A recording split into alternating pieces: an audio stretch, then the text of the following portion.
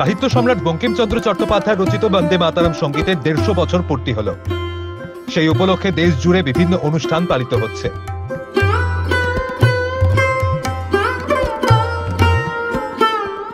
প্রধানমন্ত্রী নরেন্দ্র মোদী নিজে এদিন দিল্লিতে বন্দে মাতরম সঙ্গীত নিয়ে বিশেষ অনুষ্ঠান পালন করেন।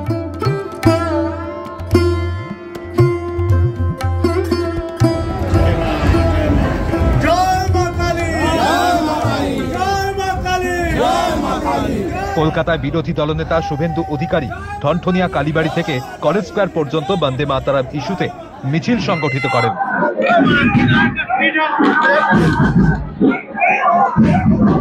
তবে মিছিল বঙ্কিম স্মৃতি পাঠাগারের সামনে গেলেও গেটে তালা থাকায় ভেতরে প্রবেশ করতে পারেননি।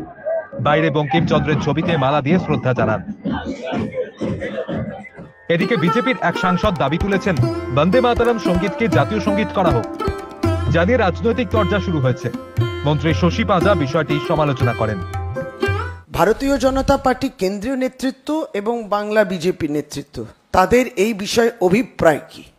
তারা আবার নীরবই থাকবেন কি, নাকি ভারতবর্ষের মানুষ এটা দেখবেন যে যার হাতে নোবেল তুলে দিয়েছিল, বিশ্ব নোবেল তুলে দিয়েছিল এবং বিশ্ব খ্যাতি এই মানুষ, তিনি শুধু ভারতবর্ষের নয় সারা বিশ্বের কবিগুরু রবীন্দ্রনাথ ঠাকুর, তাকে যখন কেউ অবমাননা করে তার কি সত্যি ওই পদে থাকা উচিত? তাহলে কি তার রেজিগনেশন তো আমরা ডিমান্ড করব।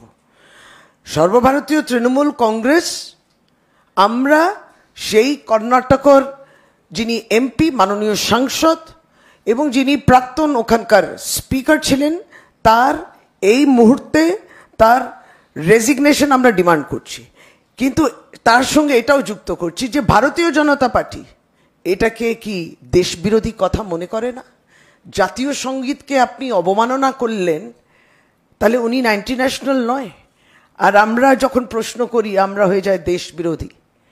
ফলে বিজেপিকে তাড়াতাড়ি আপনারা অ্যাকশন দেখান যে গুরুদেবকে যে অপমান করা হয়েছে, আপনারা এই বিষয় নিয়ে কিছু বলবেন, নাহলে ভারতবর্ষ এবং বাংলার মানুষ চিনে নিয়েছে বিজেপিকে, তারাও বুঝবেন। তাহলে গুরুদেবকেও যারা অপমান করেন, সেখানে বিজেপি এই সামগ্রিক এই বিজেপি পরিবার এইটাকে সমর্থন করে। কবিগুরুকে কৌশলে বিজেপি ছোট করার চেষ্টা করছে বলে তৃণমূলের অভিযোগ। ডিসেম্বর মাসে পঞ্চম জর্জ কলকাতায় আসেন। 11ই ডিসেম্বর রবীন্দ্রনাথ জনগণ মন একটি ব্রাহ্মস্তোত্র সেই লেখাটা সম্পন্ন করেন। 27শে ডিসেম্বর কলকাতায় ভারতের জাতীয় কংগ্রেসের প্রথম যে অধিবেশন হয়, ভারতের জাতীয় কংগ্রেসের কলকাতার যে অধিবেশন, সেখানে এই গানটি প্রথম গাওয়া হয়। পরের বছর তত্ত্ববোধিনী পত্রিকায় এই গানটি বেরোয়। ওই সময় একটা ব্রিটিশ মিডিয়া তারা লেখে যে পঞ্চম জর্জ আসা উপলক্ষে রবীন্দ্রনাথ নাকি এটা লিখেছেন। রবীন্দ্রনাথ কোথাও এ কথা স্বীকার করেননি, রবীন্দ্রনাথ কথা বলেননি। এটা একটা ব্রিটিশ মিডিয়ার একটা কায়দা করে খাইয়ে দেওয়া খবর, যেটা বিজেপি এখন, যেহেতু বিজেপি ব্রিটিশদের দোসর ছিল স্বাধীনতা সংগ্রামে, যেহেতু আরএসএস বা জনসংঘ তারা সাপোর্ট করত ব্রিটিশদের, ফলে এই ব্রিটিশ মিডিয়ার গালগল্প তারা এখন খাওয়াতে চাচ্ছে। রবীন্দ্রনাথের 1905 সালে কার্জন বিরোধী বা বঙ্গভঙ্গ বিরোধী যদি বাংলার মাটি বাংলার জল গানটি রচনা দেখি বা রাস্তায় নেমে আসা দেখি, 1919 সালে রবীন্দ্রনাথ জালিয়ানওয়ালা বা ঘটনার পরিপ্রেক্ষিতে নাইটহুড যদি ত্যাগ আমরা দেখি, তাহলে বুঝবো যে 1911 সালে রবীন্দ্রনাথ কখনো পঞ্চম জর্জের আসা উপলক্ষে এই গান তিনি রচনা করেননি। এটি একটি পিওর, এটি একটি ব্রাহ্ম সঙ্গীত। ফলে রবীন্দ্রনাথের নামে এই মিথ্যাচার বিজেপি দীর্ঘদিন ধরে চালিয়ে আসছে। পরে ব্রিটিশ মিডিয়াও জানিয়েছিল যে এই খবরটি তাদের যে ছাপিয়েছে তারা, এটা ঠিক নয়। রাজ্য সরকার এ রাজ্যের সব স্কুলে বাংলার মাটি বাংলার জল গানটি প্রার্থনা সঙ্গীত হিসাবে বাধ্যতামূলক করেছে। সরকারি বিজ্ঞপ্তি অনুযায়ী বন্দে মাতরম 150 বছর পূর্তির দিন থেকেই এই নিয়ম চালু হচ্ছে। শুভেন্দু অধিকারী সমালোচনা করে পাল্টা বঙ্কিমচন্দ্রকে অমর্যাদা করার অভিযোগ তুলেছেন। কবি রবীন্দ্রনাথ ঠাকুর সুর দিয়ে গিয়েছিলেন, তাকে প্রত্যেকটি বিদ্যালয়ে, প্রত্যেকটি সরকারি অফিসে আজকে গাওয়া উচিত ছিল।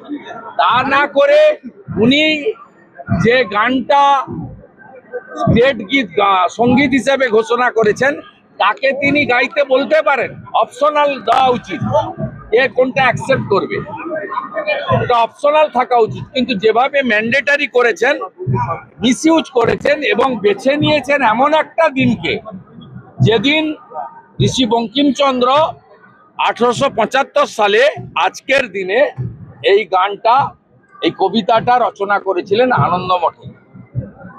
এটা বিজেপিকে ছোট করেননি ওনারা, ওনারা ছোট করেছেন ঋষি বঙ্কিমচন্দ্রকে এবং বন্দে মাতরম। বন্দে মাতরম আমাদের আত্মার সঙ্গীত, আমাদের এক সুরে বাঁধার সঙ্গীত। এবারেও অপারেশন সিঁদুরে আমাদের জওয়ানরা বন্দে মাতরম ভারত মাতাকে জয় বলে পাকিস্তানকে দুর্মুষ করেছে।